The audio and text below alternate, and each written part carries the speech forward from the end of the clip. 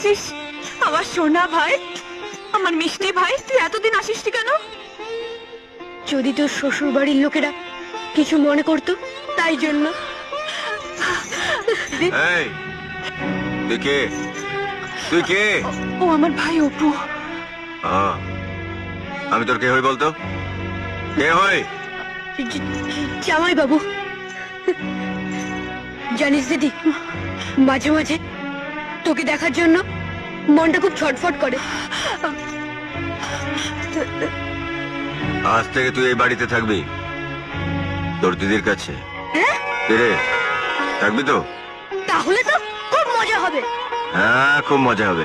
তোকে নিয়ে আমি রোজ বেড়াতে যাব, খুব ঘুরবো, আর তোকে আমি একটা ভালো স্কুলে ভর্তি করে দেবো।